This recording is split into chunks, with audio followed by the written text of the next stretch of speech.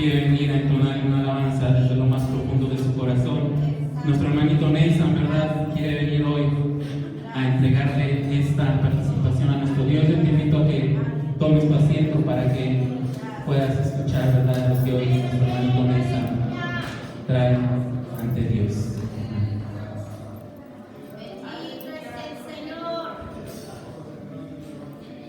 No está nuestro hermanito Nathan, ya se nos escondió. No lo veo. Aleluya. Amén, amén. Aleluya. Amén, hermanos, que Dios les bendiga. Hoy voy a hacer una participación donde voy a cantar una alabanza para nuestro Dios. Amén.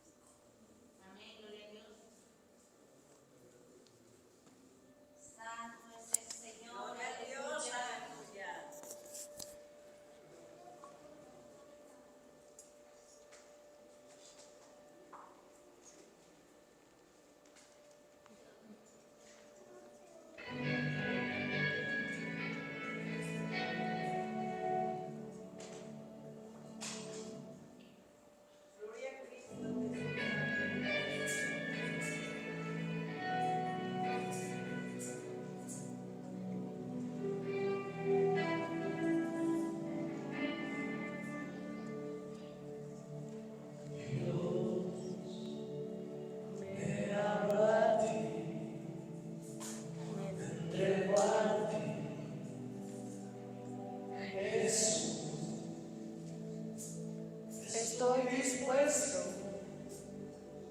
y en tus manos lo rindo todo, Señor. Abre mis ojos, yo quiero verte. Quita las vendas que me han cegado. Abre mis ojos, yo quiero verte. Muestra tu gloria y tu gran bondad. Quiero mirar tu hermosura y contemplar tu majestad. Abre mis ojos, Jesucristo, muestra tu gloria y tu bondad. Dios, me abro a ti, me entrego a ti, Jesús. Estoy dispuesto y en tus manos lo rindo todo, Señor. Abre mis ojos, déjame verte.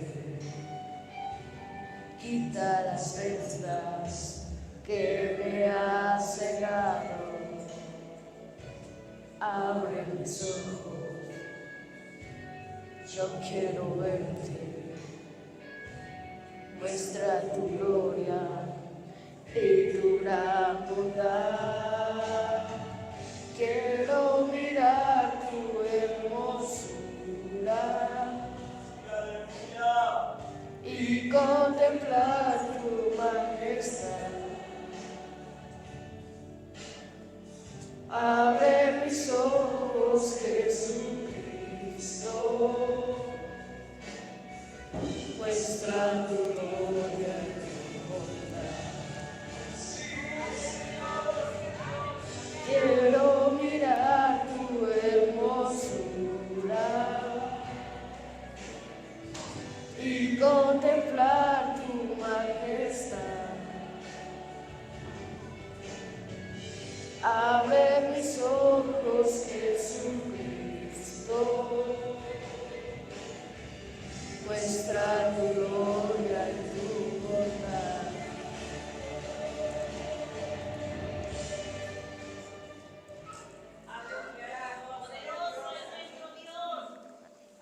Amén, hermanos, le vamos a dejar el lugar a nuestro hermano Enrique Vargas para que siga continuando con la dirección. Gracias.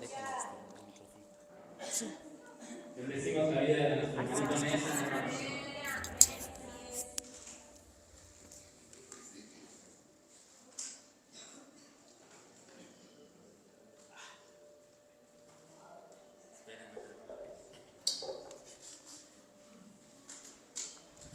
Gracias. Dios es bueno, hermanos, y cada pequeñito que ha pasado aquí en este lugar y a veces les gana el nervio, ¿verdad? Pero si a nosotros que estamos grandes nos gana el nervio, hermano, nuestros chiquitos verdaderamente hacen un esfuerzo, ¿verdad? Y yo le decía a mi pequeño hijo, ensaya tu alabanza, ya no hemos podido asistir al templo, creo que fue un poquito más por un mes, hermano, donde no habíamos podido venir porque mi esposa se había decaído de salud, hermano, pero hoy estamos aquí, hermano, estamos aquí de pie, estamos aquí gracias a Dios y podemos decirle a Dios, tú me diste la victoria, me has dado la victoria y aquí estamos y queremos y deseamos, hermano, que mi familia sirva al Señor. Y así es el deseo de todos los que estamos aquí, hermano. Que sirvamos al Señor con fervor, que sirvamos al Señor con pasión, que sirvamos al Señor con amor y con todo el servicio que podamos hacer. Así sea, les decía yo a los adolescentes, juntando un papelito que se encuentre a lo mejor tirado allá afuera en el templo. Dios ve que estamos cuidando el mundo, porque es el mundo que Dios nos dio para cuidar, hermano. ¿Sí? Entonces, de esa forma podemos servir al Señor. De muchas formas, hermano. No es denigrante poner un papel de baño en los baños. No es denigrante recoger la basura. No es denigrante, hermano, darle el servicio con amor a nuestro Dios. Y Dios conoce todo, hermano.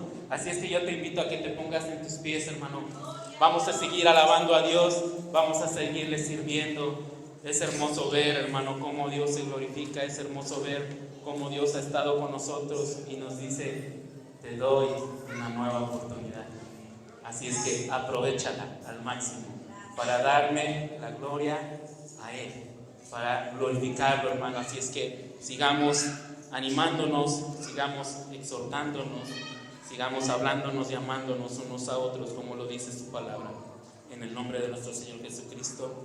Amén. Vamos a entonar una alabanza, vamos a decirle al Señor, te doy gloria. Amén.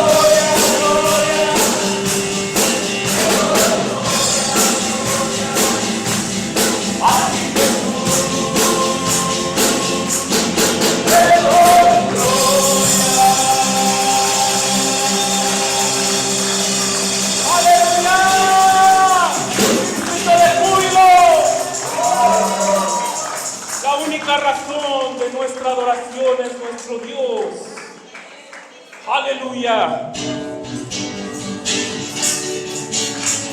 Tú eres el único digno de Dios.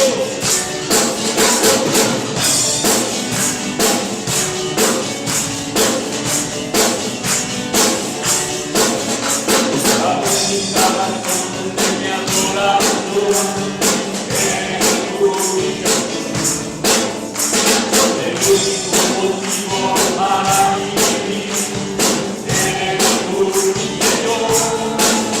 Mi única verdad está en ti, en mí, y mi salvación.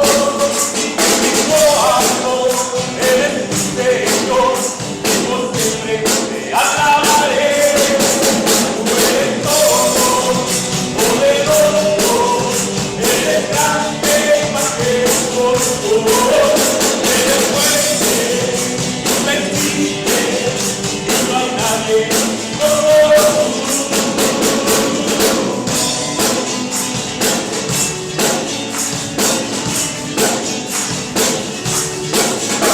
La única razón de mi adoración es tú, mi Jesús. El único motivo para mi vivir eres tú, mi Jesús.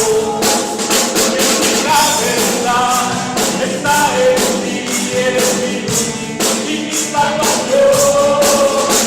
Mi corazón eres tu Señor, y por siempre te alabaré. Tú eres todo, poderoso, eres grande y majestuoso. Eres fuerte, invencible, y no hay nadie como tú. Tú eres todo, poderoso, eres grande, majestuoso. Eres fuerte, invencible, y no hay nadie como tú.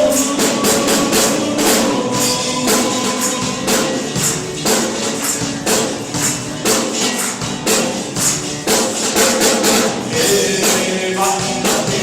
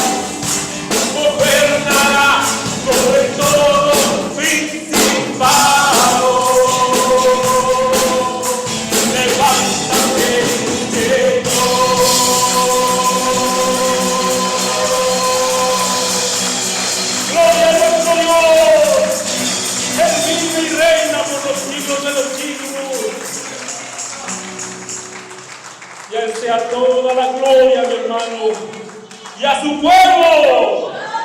Amén, aleluya. No hay nadie como tú. No hay nadie como tú, mi Señor, y por eso te adoramos. Te adoramos, mi Dios, te alabamos y bendecimos tu nombre. Tú vives, Rey. Tú resucitaste, mi Dios. Y nos das la oportunidad de un día resucitar contigo, mi Dios. Nos das la oportunidad de un día ser levantados y encontrarte en los cielos, mi Rey, mi Dios. Y hemos de ver, Padre, que la verdad se hará realidad cuando tú aparezcas en las nubes, mi Dios. Y todo ojo te verá, y toda lengua dirá, era verdad lo que nos decías. Y tu iglesia será triunfante, mi Dios. Tu iglesia por fin terminará el camino que ha sido marcado. Deseamos y anhelamos, mi Dios, que ese día llegue. Deseamos y anhelamos, Padre, terminar la carrera, de tener la victoria, mi Dios. Y toda lágrima será limpiada por ti, mi Dios. Ya no habrá tristeza, ni dolor, ni enfermedad, ni angustia, mi Dios. Porque estaremos contigo allá, papá. Mas ahora, mi Dios, te pedimos fuerzas para seguir adelante. Te pedimos que renueves nuestra vida, mi Dios, para seguir adelante. Que derrames de tu sabiduría para poder guiar a nuestros hijos. Que derrames sabiduría para poder guiar nuestra vida, mi Dios.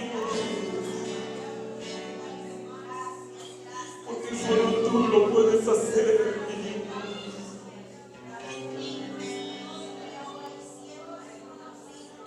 Sí, mi Dios.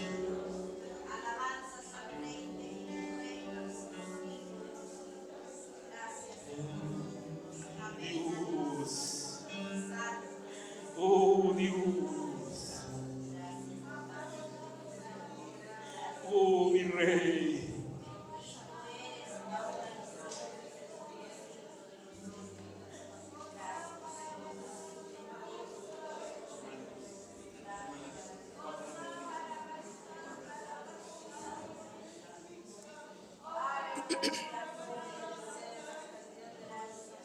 Sí, mi Señor.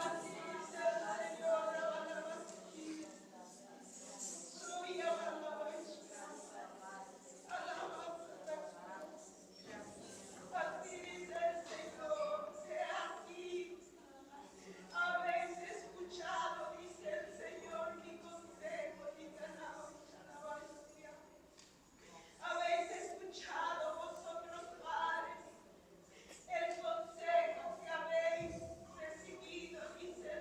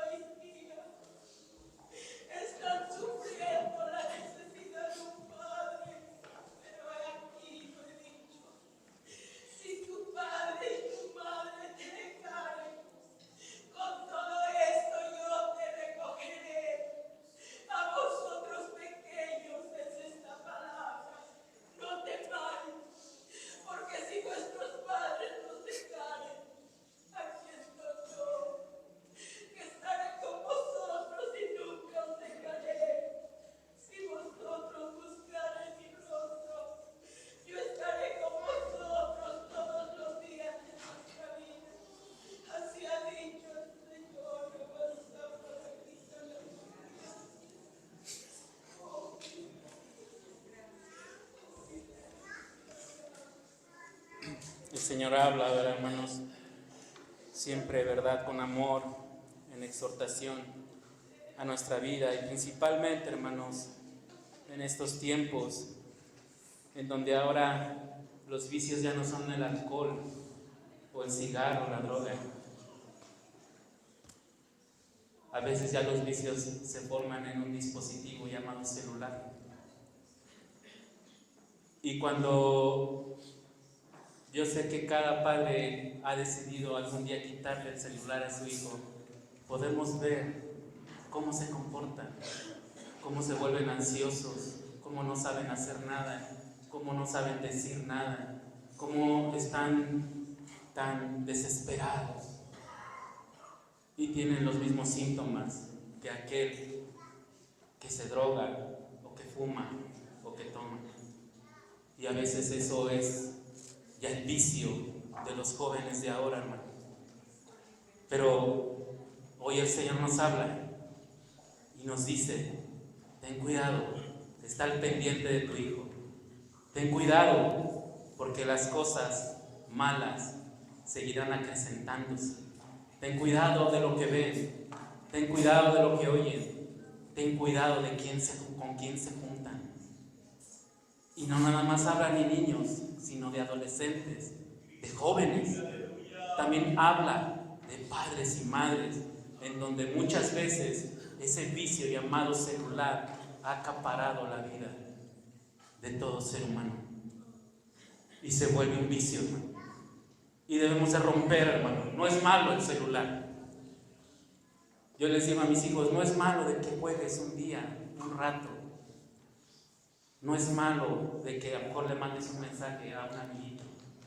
Lo malo es que no lo dejes y que te pases todo el tiempo y todo el día en ese dispositivo. Y tenemos que luchar en contra de ello, porque el mundo, hermanos, el enemigo utiliza ese medio para acaparar todo el tiempo de los seres humanos. Así es que, hermano, tenemos que estar apercibidos.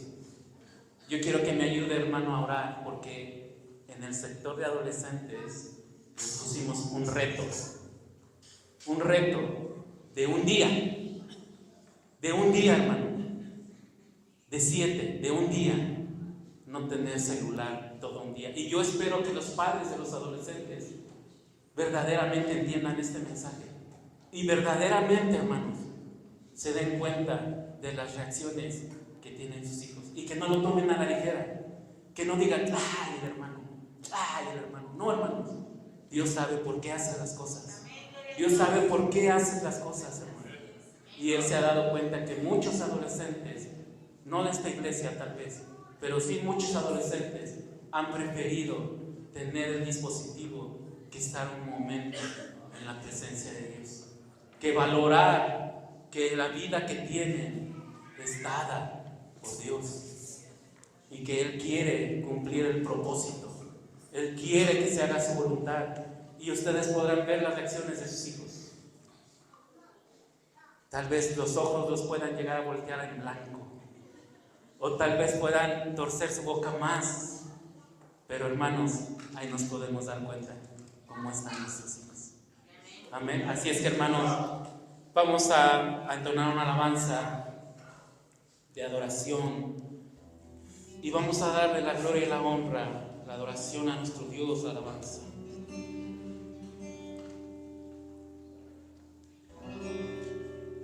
Te adoramos,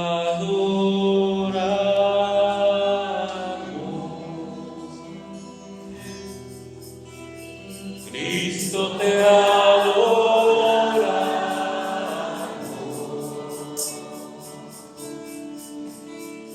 Cristo, te adoramos,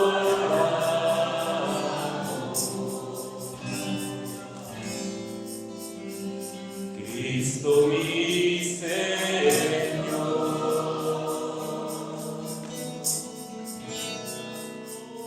te adoramos,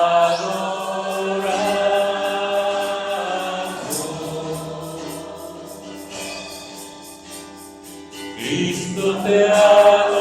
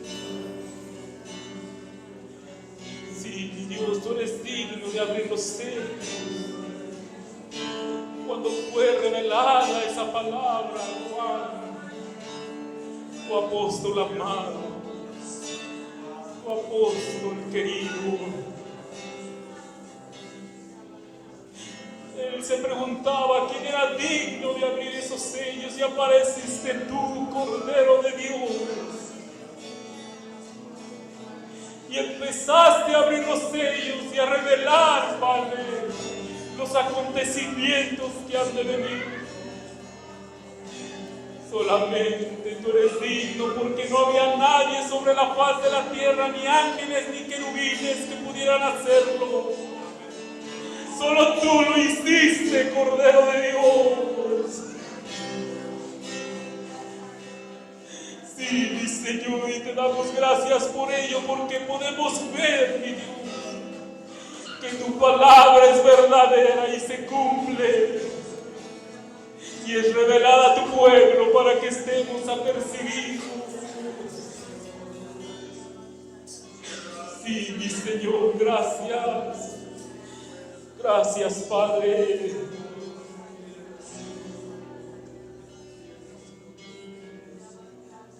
Tú eres digno de abrir los sellos,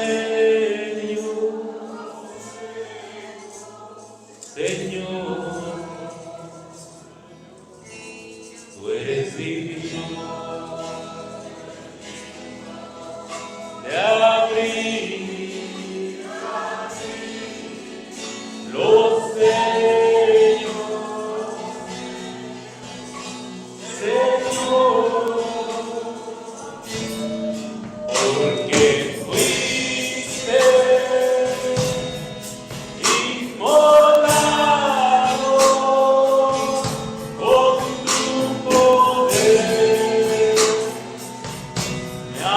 levantado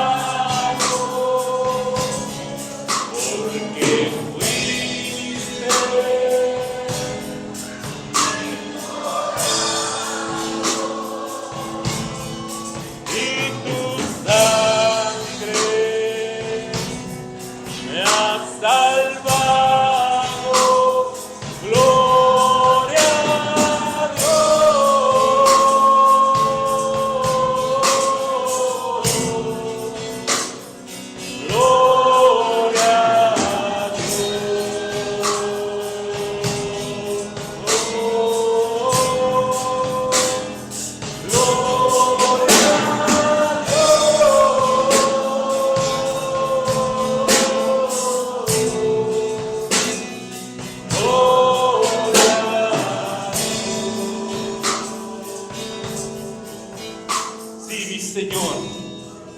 Alabado seas por siempre. Dale una ofrenda al Rey de Reyes, que sea desde lo más profundo de tu corazón, reconociendo que el Verbo se hizo carne y se hizo verdad, hermano, y se ha presentado a nuestras vidas. Y así, hermano, queremos dejar el lugar al que va hoy a predicar, hermano, a nuestro hermano Alex. El Señor les bendice, hermano.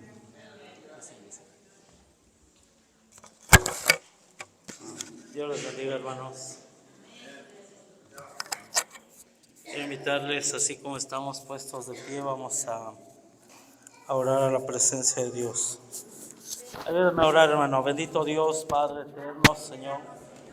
En esta hora te damos gracias por tu amor, por tu misericordia, por la oportunidad, Dios, que tú nos das de estar, Señor, en este lugar, de la oportunidad de hablar tu palabra, Señor. Toma tú el control, Padre Santo, toma tú el control, Espíritu de Dios, y toma nuestros labios, Señor, toma nuestra mente, nuestra boca, nuestro corazón, Señor. Queremos escuchar tu palabra, oh Dios, no la mía, tu palabra santa, que es alimento para nuestros huesos.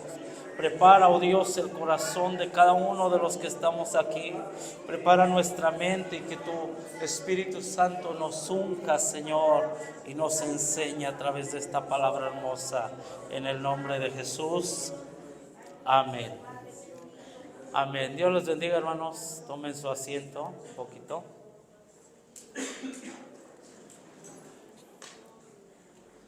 Amén. Díganme dos propósitos o objetivos de venir a la iglesia. ¿Cómo? A ver. Uno, alabar a Dios, y el otro, escuchar su palabra. Amén. Entonces, ¿todos tienen esos propósitos claros en su vida, hermanos? Bueno. Entonces tiene prohibido salirse, irse a platicar allá afuera, allá atrás, allá arriba, y cumpla los propósitos con los que vienen, hermano. Amén. Vamos a tratar de poner atención a la palabra de Dios. El día de hoy les quiero compartir dos pasajes pequeñitos con los que el Señor me confrontó en estos días. El jueves estaba yo aquí en el culto de varones y estaba leyendo ese versículo. Y lo estaba analizando, lo estaba escudriñando y dije, eso voy a predicar el domingo. Pero cuando salimos del culto me dice mi esposa, hay que pasar a ver a mi tío. Tiene un tío que está muy enfermo. Y me dice, pasa conmigo, vamos a orar por mi tío. Y le digo, no, otro día, hoy no. Y le dije que no y hasta se enojó, o sea, se subió y se enojó. Pero cuando ya iba yo manejando, el Señor me decía, ¿quieres predicar el domingo ese versículo y no se lo quieres ir a predicar a alguien que lo necesita más? Y empecé a tener ese sentir el resto del camino. Ya cuando llegamos al terrero, ya me iba a pasar. Y me tuve que frenar y me tuve que regresar tantito y decir, vamos pues. Y después le dije, no creas que pasé porque tú me dijiste. Pasé porque el Señor me confrontó y me dijo, ese versículo, sí, predícalo, pero predícaselo a alguien que lo está ocupando ahorita, en este instante. Y fui y le prediqué exactamente ese versículo. Y el día miércoles el hermano Omar me dijo, hermano, ¿vas a ir el sábado a Ixtapan, de papás? Y le dije, ay, hermano, yo cada rato estoy confrontándome con lo de ideología de género, hermano. Eso es mi pan de todos los días. Y todavía le dije a mi esposa, ¿voy o no voy? Y mi esposa me dio la opción, si no quieres no vayas, yo tengo que ir porque soy organizadora, pero si quieres quédate. Y le agarré la palabra, hermano, yo me quedo. Pero en esos días también yo dije, voy a leer de Pablo en Atenas. A veces queremos oír cosas nuevas y cuando ya oímos mucho lo mismo decimos, pues ya lo oí mucho. Y sin embargo, ayer me dice mi esposa, vente. Y yo, ¿todavía es tiempo? Y me terminé yendo, hermano, y a pesar de que es un tema que, como decía la profecía, miren, yo ayer llegaba a la conclusión que el COVID mató millones de gentes, pero la ideología de género va a ser la base para que el mundo se aparte completamente de Dios. La ideología de género no va a matar, va a destruir a toda la humanidad. Y por eso, ¿por qué la ideología de género no nos la dan a nosotros, hermano? Porque biológicamente nosotros tenemos como adultos ya una personalidad establecida, consolidada en nuestro cerebro. Por eso se la están tirando a los niños, porque si logran distorsionar una generación, habrán distorsionado todas las venideras, hermano. Y por eso la preocupación. Y hubo 2, 3 cositas que rescaté y que me gustaron. El hecho de mantener las generaciones. Amén. Anoche platicaba yo con mis hijos y les decía, sin querer, yo ya soy la 3ª generación. Si yo cuento a mi abuela como la 1ª generación de cristianos, mi mamá la 2ª, yo la 3ª, y yo les decía, yo quiero que ustedes sean la 4ª, pero convencidos, sabiendo defender lo que Dios tiene para nuestras vidas. Amén. Entonces quiero compartir un poquito de esto, hermanos. Quiero que se pongan de pie y voy a tomar como base Hechos capítulo 17. Quiero que me ayuden. Hechos 17, vamos a leer 6 versículos, hermanos. Del versículo 16 al versículo 21 para la gloria de Dios. Amén. Hechos 17 del 16 al 21. ¿Ya lo tienen, hermanos? Amén. Si ya lo tienen, lo voy a leer. Ayúdenme, sígalo con su vista. Dice así, en el nombre de nuestro Señor Jesucristo. Mientras Pablo los esperaba en Atenas, su espíritu se enardecía viendo la ciudad entregada a la idolatría. Así que discutía en la sinagoga con los judíos y piadosos, y en la plaza cada día con los que concurrían. Y algunos filósofos de los epicúreos y de los estoicos disputaban con él, y unos decían, ¿qué querrá decir este palabrero? Y otros, parece que es predicador de nuevos dioses, porque les predicaba el evangelio de Jesús y de la resurrección. Y tomándole, le trajeron al Areópago, diciendo, ¿podremos saber qué es esta nueva enseñanza de que hablas? Pues traes a nuestros oídos cosas extrañas. Queremos pues saber qué quiere decir esto. Porque todos los atenienses y los extranjeros residentes allí en ninguna otra cosa se interesaban, sino en decir o en oír algo nuevo. Amén. Tomen su asiento.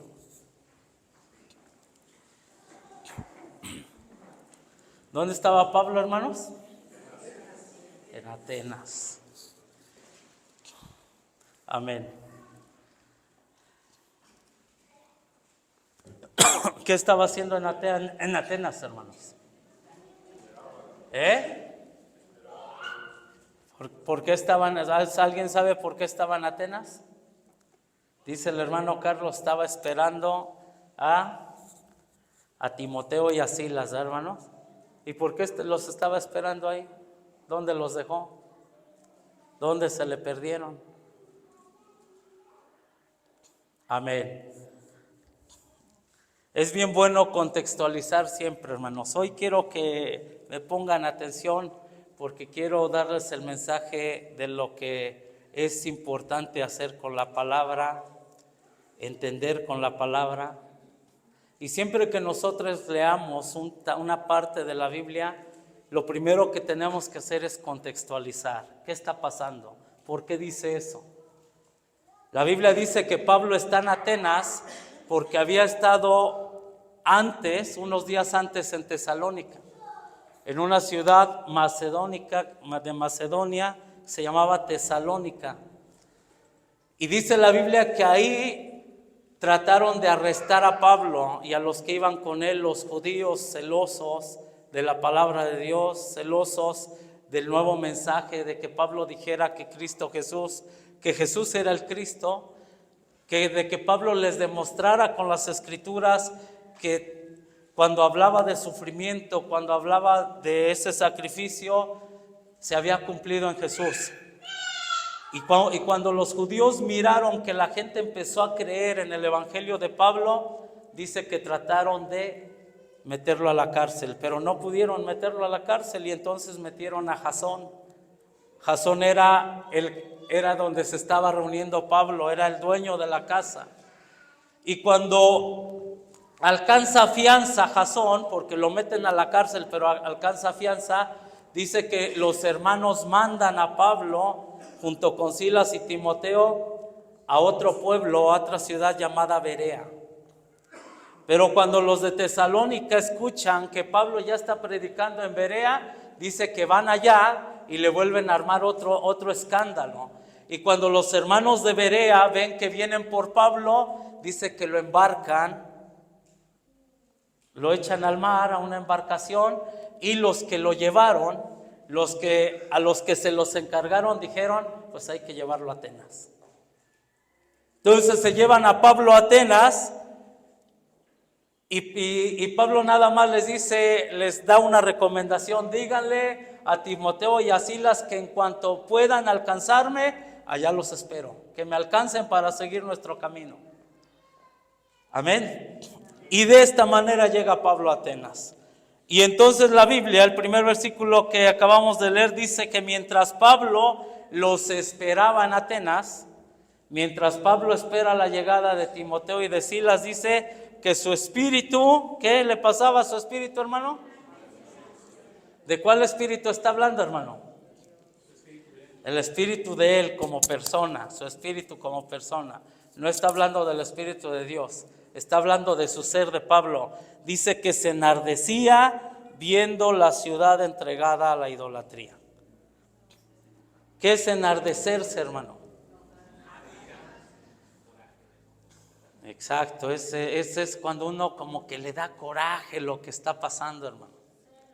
Cuando uno dice, ¿cómo puede ser posible que esta gente crea en tantas cosas? ¿Cómo es posible que el gobierno nos esté metiendo tanta ideología socialista de género y nadie diga nada y todos lo acepten y todos lo acaten y que ni los papás ni nadie diga nada? Mire, ¿sabe cuándo se enardece uno, hermano? Cuando uno tiene celo de Dios. Cuando el Espíritu Santo habita en la vida de la persona. Por eso un día el espíritu también de Elías se enardeció. Cuando el rey le dice, ¿por qué confundes al pueblo? ¿Por qué quitas la lluvia? ¿Por qué haces que el pueblo sufra? Y Elías le dice, eres tú, junto con tu esposa, que han dejado a Jehová y han metido al Baal por Dios de Israel y lo han obligado, y has traído sacerdotes de otros pueblos y tú los mantienes todos los días, tú les das de comer, viven en el palacio y has hecho que el pueblo se vuelva contra Jehová. Pero ¿sabes qué? Júntame a todos esos profetas allá en el Monte Carmelo y vamos a ver quién es Dios. Y por eso Elías le dice al pueblo, si si Baal es Dios, sírvanlo y síganlo, pero si Jehová es Dios, entonces arrepiéntanse y vuélvanse a Él. Pero porque Elías tenía el celo de Jehová, hermano, ninguno de nosotros se va a enardecer, a ninguno de nosotros nos va a hacer sentir mal una situación, nos va a incomodar si no tenemos el Espíritu de Dios en nuestra vida. Si nuestra vida es tibia, si nuestra vida está mal ante la presencia de Dios, cuando nosotros vemos el pecado no nos incomoda, no nos hace sentir mal, no nos hace sentir ese coraje de quererle decir a la gente, mira, hay un Dios al que debes de servir. La palabra de Dios dice que estamos mal, que tenemos que seguir así. No, lo dejamos pasar. Y eso es una muestra de que nosotros podemos ahí valorar nuestra relación con Dios. ¿Qué te enardece, hermano? ¿Qué te enardece allá cuando estás en la calle? ¿Cómo te sientes en medio del mundo? Cuando el mundo está haciendo adoración, cuando está haciendo festividades, cuando está haciendo carnavales, cuando está haciendo tantas cosas que sabemos que desagradan a Dios, pero que a veces agarramos una sillita para ver esas cosas. ¿Qué tanto nos enardece? ¿Qué tanto me hace sentir mal? ¿Qué tanto me hace querer decirles, hey, detengan esto no puede ser, busquen a Dios? Pues Pablo se enardecía, hermano. Ahora, si usted ha leído todo este pasaje, miren, Pablo, la Biblia dice que Pablo salió frustrado en cierta manera como hombre, al ver que estos hombres que se decían ser los hombres más intelectuales, los hombres más inteligentes, los hombres de mayor conocimiento de aquella época, y Pablo los vio ser tan duros en su corazón, que dice la Biblia que Pablo salió de alguna manera sintiéndose frustrado. Pablo a los atenienses, para predicarles a los atenienses, se tuvo que poner a la altura de los atenienses. Si ustedes leen su discurso, les habla un discurso meramente científico, un discurso muy rebuscado de parte de Pablo, un discurso no tan sencillo como predicaba en otros lugares, sino que se tuvo que poner a la altura de estos filósofos, porque la Biblia dice que aquí hay dos corrientes filosóficas que platicaron con Pablo, que escucharon a Pablo y que ellos se sentían tan intelectuales que a Pablo le dijeron, este es un palabrero, este nada más habla por hablar, no sabe ni lo que dice, eso es un palabrero. Aquí hay dos corrientes científicas mencionadas en la Biblia, hermanos. ¿Cuáles son? Amén, los epicúreos. Si ustedes agarran un libro de ética, de filosofía, va a aparecer el epicurismo y el estoicismo. Y le van a decir quién fue el fundador y cuáles eran su ideología de esta filosofía. Los epicúreos y los estoicos aparecen en todos los libros de filosofía. Y eso es bonito, a mí me gusta que aparezcan esas cosas.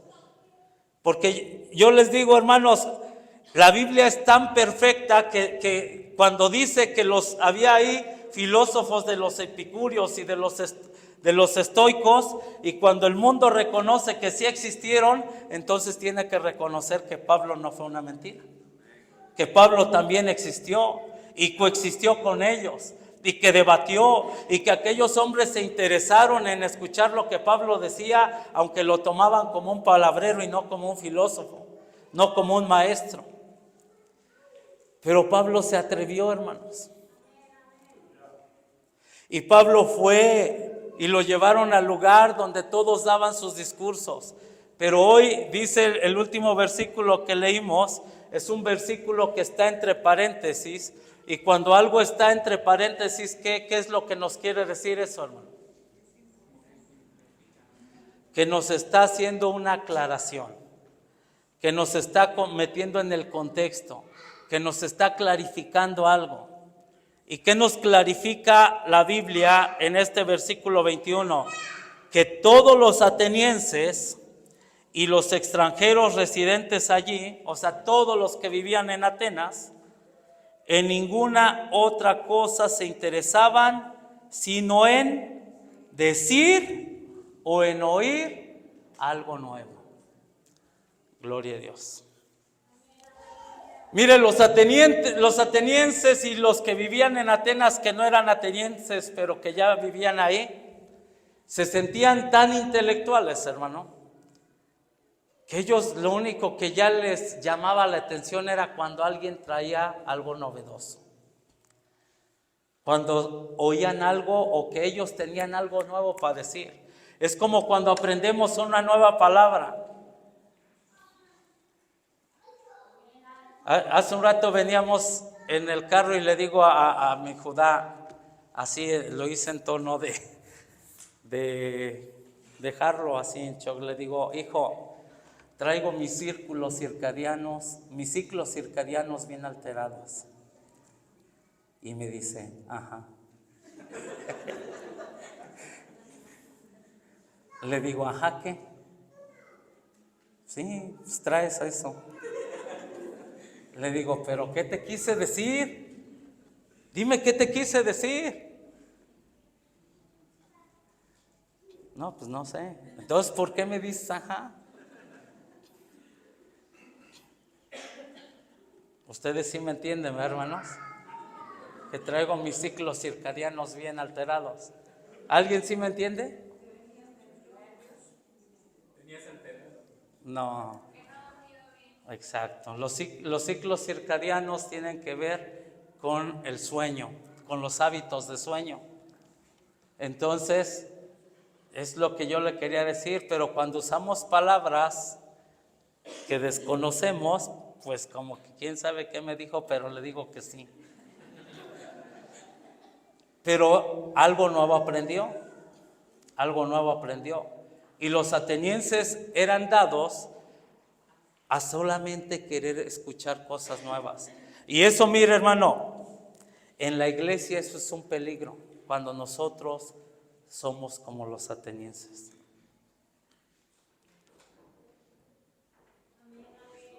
Y no me quiero contradecir, porque yo soy de los hermanos que los invita constantemente a que lean la Biblia, a que sepan mucho de la Biblia, a que conozcan lo más que puedan de la Biblia, que la lean una y otra vez.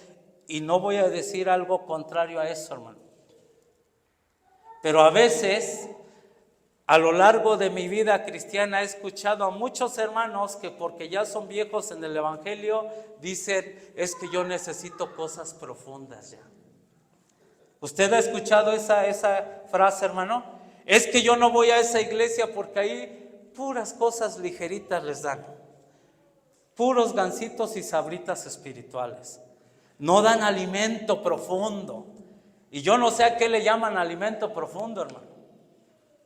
O dice un hermano, piensan que ya no les deben de hablar de David y Goliat, ya no les deben de hablar de Jonás y el gran pez, porque eso ya se lo saben.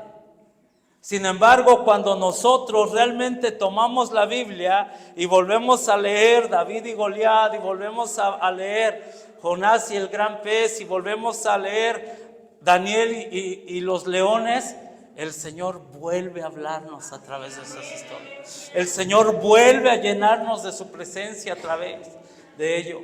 ¿Por qué? Porque miren, hermanos, porque lo importante de la palabra no es leerla. El Señor Jesús no dijo lean la palabra, utilizó otra palabra. ¿Cuál es? Escudriñen. Y escudriñar la escritura quiere decir que le tenemos que dar sentido a cada palabra, a cada frase y a cada mensaje que encontramos en un versículo o en una historia en general, porque eso es lo que nos va a alimentar. Ahora yo les pregunto, ¿cuántos de ustedes escudriñan la escritura, hermano? ¿Cuántos de ustedes? Porque a veces decimos, yo voy a leer la Biblia y me propongo leer 3 capítulos diarios. y los lee, pero los lee de corrido. Y yo le aseguro que ya leyó los 3 capítulos diarios y no retuvo nada. Y entonces es como no haber leído la palabra. Porque lo importante no es leer 3 capítulos diarios. A lo mejor vas a leer 1, 2, 3 versículos, pero los vas a saborear. Van a ser un alimento para tu vida. Eso es lo importante. A mí me gusta mucho ese término, saborear la palabra. Qué bonito se siente saborear la palabra. Agarrar un versículo y empezar a disfrutarlo. El jueves leíamos un capítulo entero con los varones y yo les decía a los varones, ¿de qué habla el capítulo, hermanos? Así en términos generales, díganme de qué habla. ¿Y de qué hablaba, hermanos? Varones que estuvieron. De las victorias de David. De cómo David derrotó a los filisteos, a los edomitas, a los moabitas, amonitas, sirios, al rey Arad, al rey de Soba, Hadadezer, a todos como a 7 pueblos los derrotó. Y yo les decía, hermanos, pero la clave de este capítulo está en la primera frase. Y la primera frase dice, después de estas cosas. 3 palabras. ¿De cuáles cosas? Porque cuando nosotros entendemos que después de esas cosas Dios le dio todas esas victorias, y entonces nos tenemos que regresar a los 2 capítulos anteriores. Y cuando nosotros entendemos esas cosas que hizo David, entendemos por qué Dios le dio la victoria. Amén. Entonces les digo, yo el jueves estaba ahí donde siempre me siento y empecé a ver ese versículo. Y yo les pregunto, hermanos, ¿cuántos se saben ese versículo? ¿De memoria? Ese es el versículo más conocido de la Biblia. Es el versículo que más se habla a nivel mundial. Ahí falta la cita, pero yo sé que usted se la sabe. ¿Cuál es la cita, hermano? San Juan 3:16. Y ahora yo les voy a hacer una pregunta. ¿Ese versículo está bien escrito, sí o no? Véanlo, no pasa nada. ¿Sí lo ven, hermano? ¿O se quiere parar para que lo vean? ¿Le falta algo o no le falta? ¿Le sobra algo? ¿Alguien se equivocó ahí? ¿O está bien escrito, hermano? No me diga que la cita ya sabemos que no está.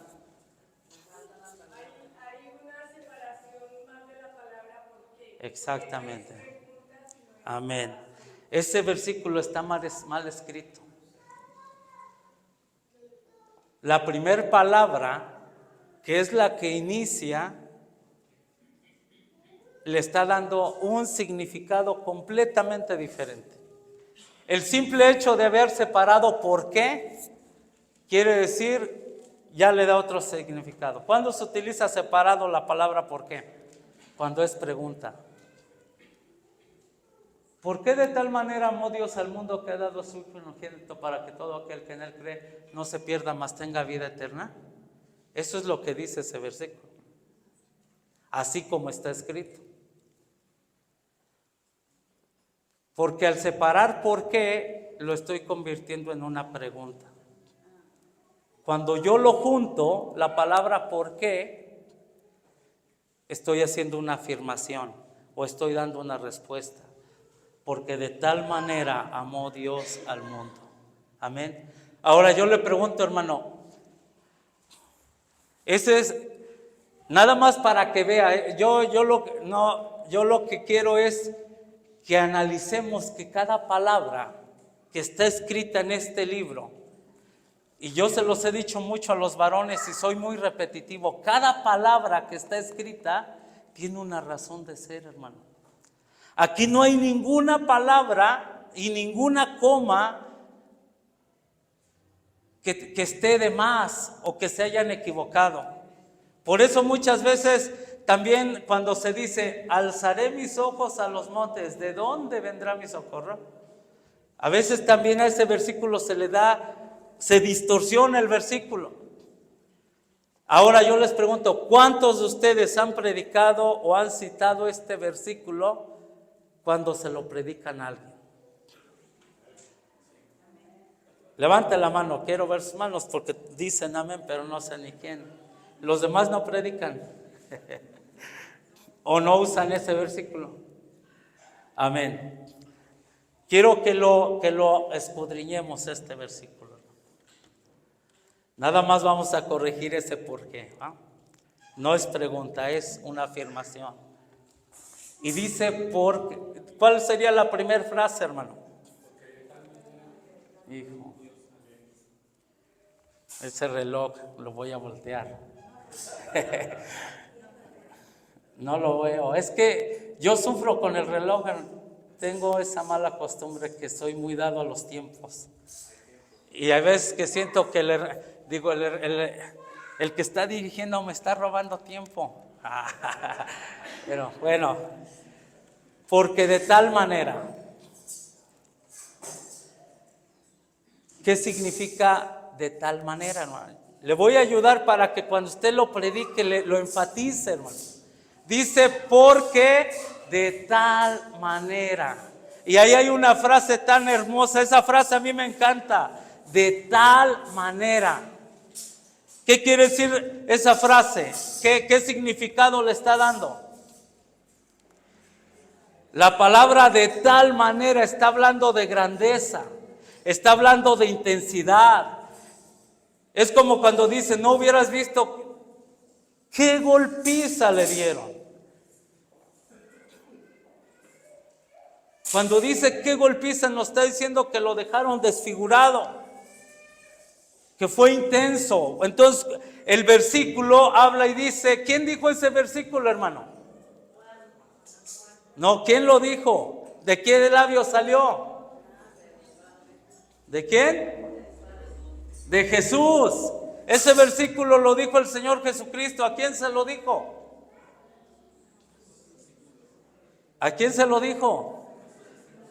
Seguros, no se lo dijo a Nicodemo. Ya ven, hermanos, es que todos esos datos los tenemos que tener claros. ¿Quién lo dijo? ¿A quién se lo dijo? ¿Por qué se lo dijo? Y Jesús le está diciendo a Nicodemo, porque de tal manera. O sea, cuando está diciendo de tal manera, está hablando de una intensidad enorme. No amó Dios así porque Dios amó al mundo, no, porque de tal manera que no te imaginas, Nicodemo, no te imaginas el grande amor que el Señor, que de tal manera que amó Dios. ¿Quién amó? Dios. ¿A quién? Al mundo. ¿Y quién es el mundo? Entonces, ¿por qué usted dice, yo no soy del mundo? A ver, hermano, explíqueme. ¿Es del mundo o no es del mundo? Estamos en el mundo, pero somos mundo. Porque Dios nos amó a nosotros. Nos libró del mundo en el sentido espiritual. Pero ahí lo que el Señor está diciendo, porque de tal manera Dios amó con una intensidad tan grande a lo que hay en este mundo, que hizo algo Dios. O sea, Dios no te amó poquito, Dios no te ama poquito, Dios no está un poco interesado en ti. Dios te ama tanto que hizo un sacrificio enorme por ti, por alcanzarte, por llamar tu atención, que hizo lo impensable con tal de que tú te obtengas algo. Eso es lo que está diciendo ese versículo, si nos vamos metiendo poco a poco en él. Porque de tal manera amó Dios al mundo. Y cuando decimos mundo, pues pensamos en todas las cosas. Aunque después con las palabras que va a utilizar se va a enfocar en el hombre. Pero Dios amó a este mundo, que dio a su Hijo. ¿A cuál Hijo? Al único. Dios te amó tanto, Dios se interesó tanto, te ama tanto, que no le importó sacrificar lo único que tenía como hijo. Y entonces podemos hacer que la gente dimensione ese grande amor. ¿Cuántos de ustedes, yo no sé si alguno de ustedes está dispuesto a sacrificar a uno de sus hijos? ¿Sí o no, hermanos? A uno nada más. Tiene como 4, ¿qué le cuesta dar uno, hermano? Tiene 3, se queda con 2. Si nosotros no estamos dispuestos a sacrificar a ninguno de los que tenemos, mucho menos si tuviéramos uno solo. Pero dice la Biblia que Dios amó tanto al mundo que estuvo dispuesto a entregar a su Hijo unigénito, al único. Aunque me quede sin nada, pero yo amo mucho este mundo. Yo amo mucho todo lo que yo crié.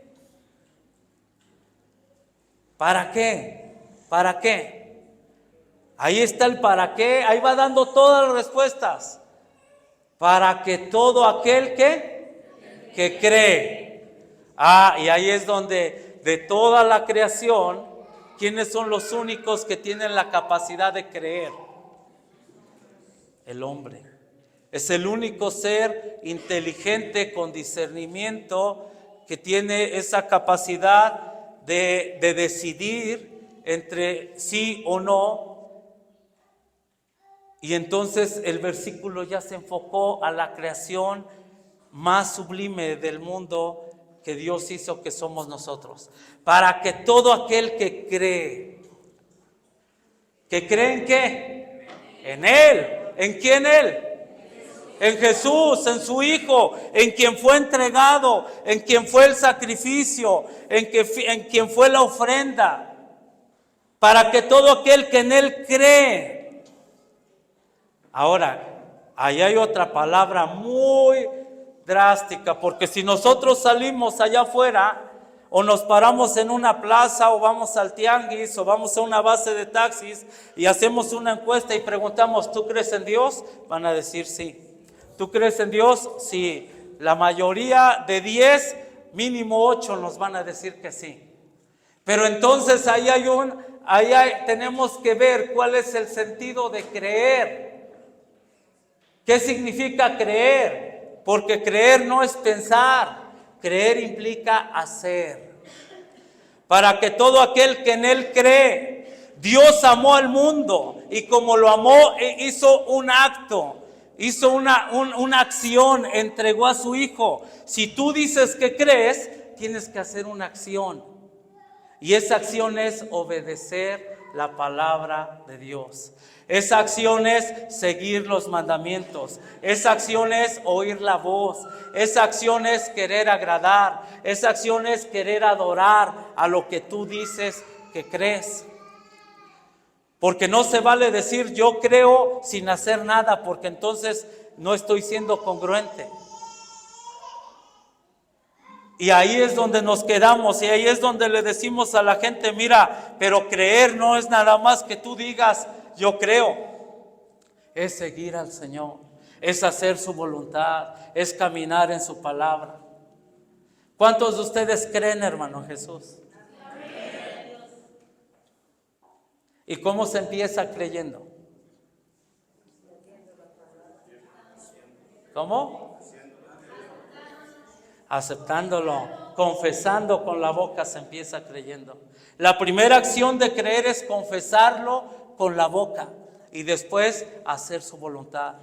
Porque no se puede hacer su voluntad si no le entregamos con nuestros labios nuestro corazón al Señor Jesús. Por eso Pablo le dijo que si confesares con tu boca que Jesús es el Señor y creyeres en tu corazón que Dios lo levantó de los muertos, serás salvo. Porque ese es el propósito por el que vino el Señor Jesús. Por eso dice, para que todo aquel que en Él cree, ¿qué? No se pierda. Una vez un compañero de trabajo me dijo, a ver, ¿por qué dices que me voy a perder? ¿En qué me voy a perder? A ver, dime por qué. ¿De qué me va a rescatar Dios? ¿De qué me va a salvar? ¿De qué nos salva el Señor, hermano? De acuerdo a ese versículo, para que todo aquel que en Él cree no se pierda. Usted está predicando ese versículo, ¿eh?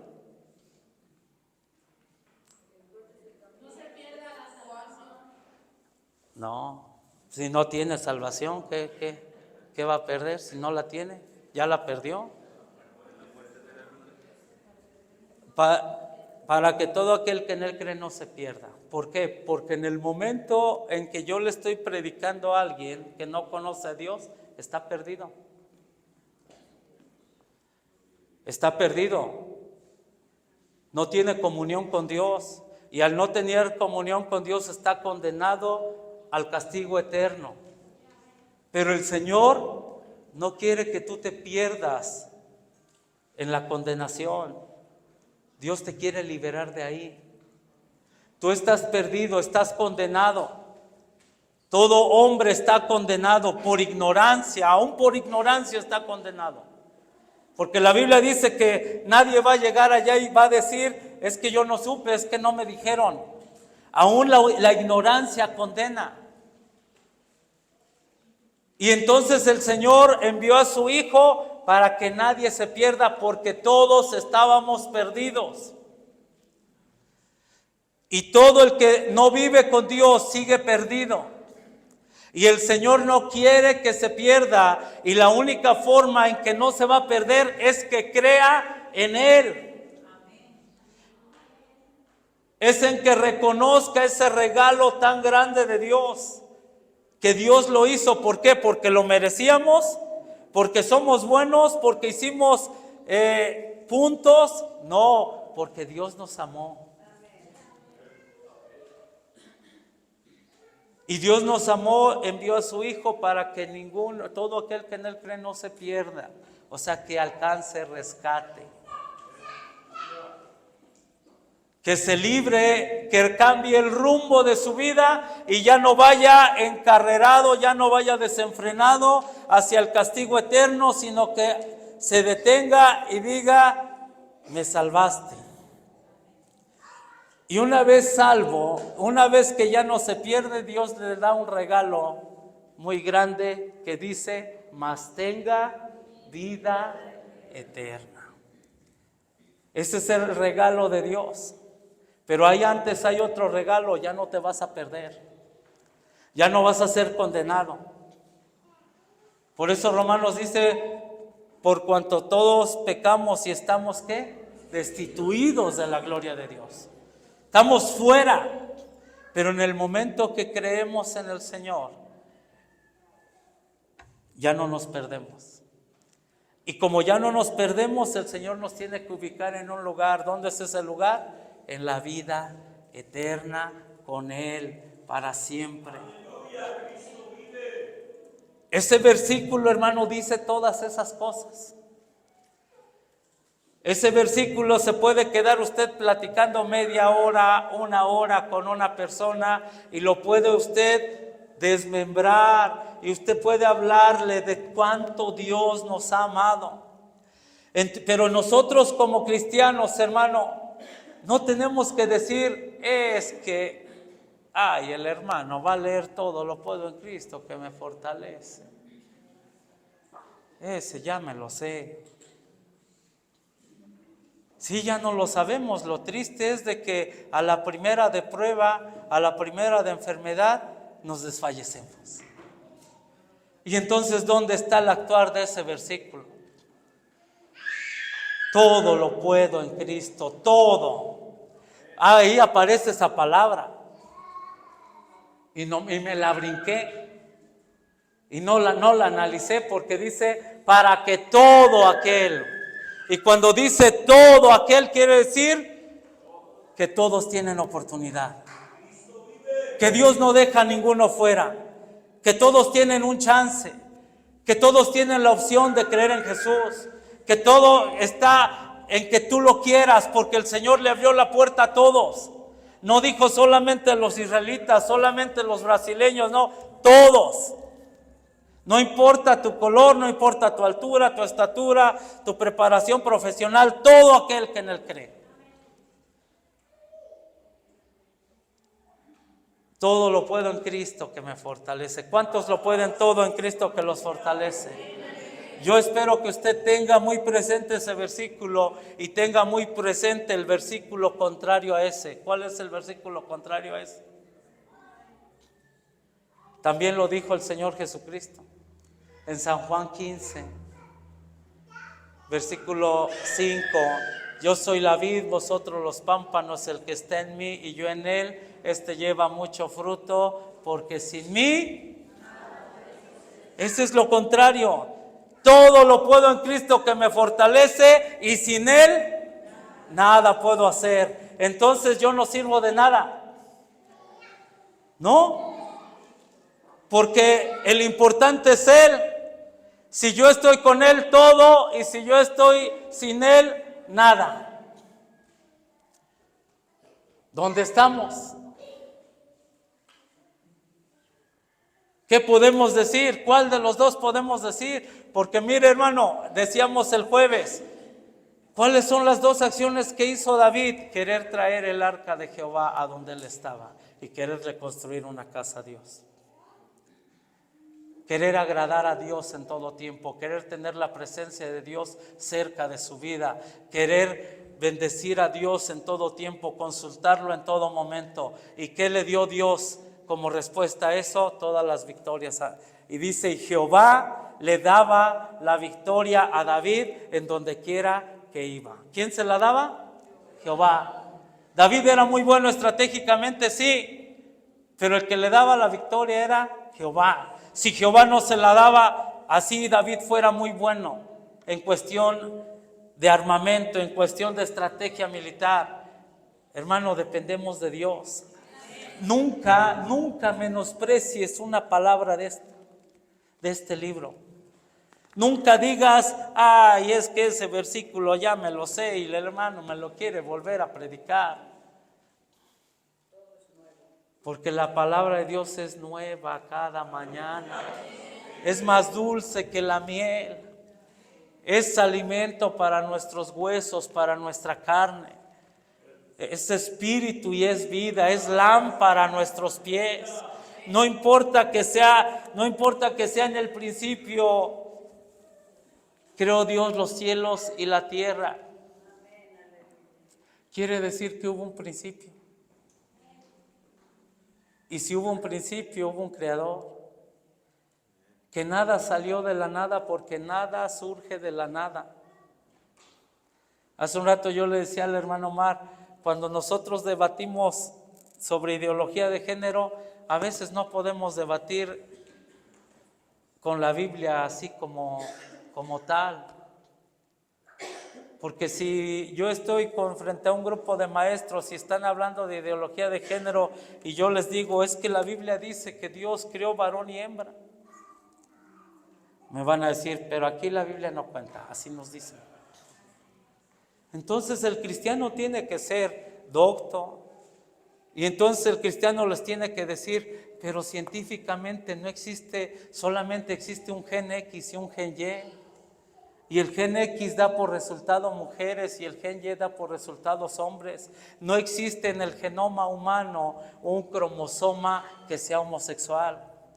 Por lo tanto, biológicamente no existen los homosexuales. Nadie nace homosexual biológicamente hablando.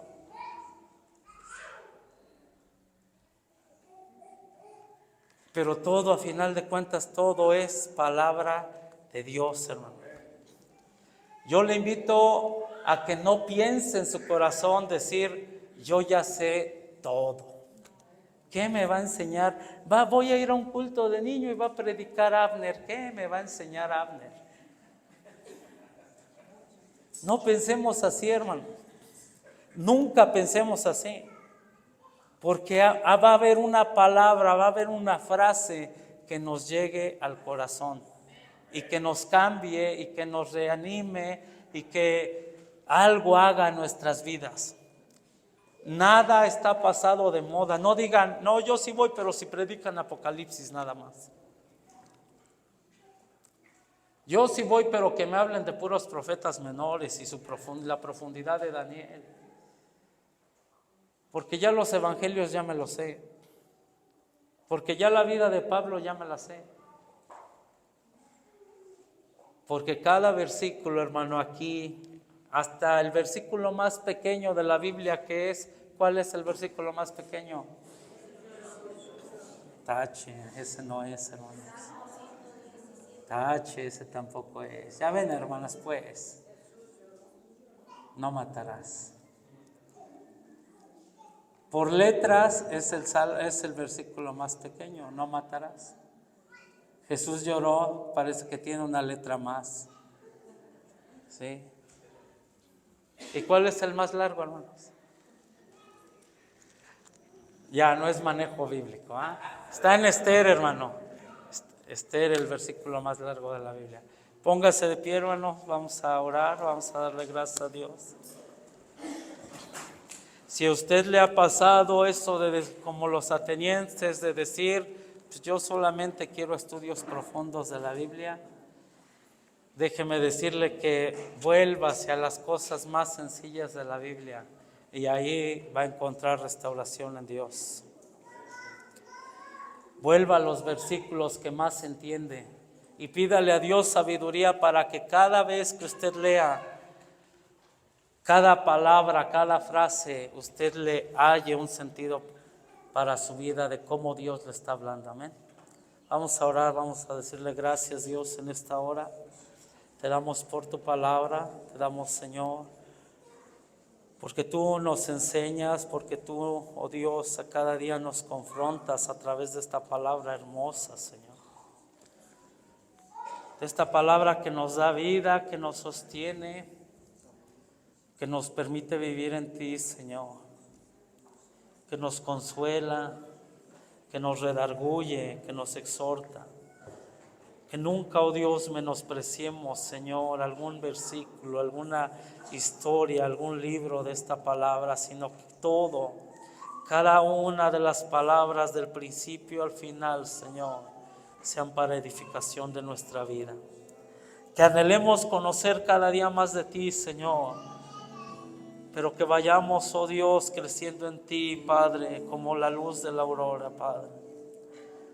De aumento en aumento cada día, Señor, conociendo más de ti, sabiendo que esta palabra tú la dejaste para testimonio de ti, porque esta palabra de ti y en ella tenemos la vida eterna, oh Dios. Gracias, Dios, en esta hora, en el nombre de Jesús, te agradezco, Dios, la oportunidad de estar en tu presencia. Amén. Dios les bendiga, hermanos. Dejo lugar a mi hermano Enrique Vargas.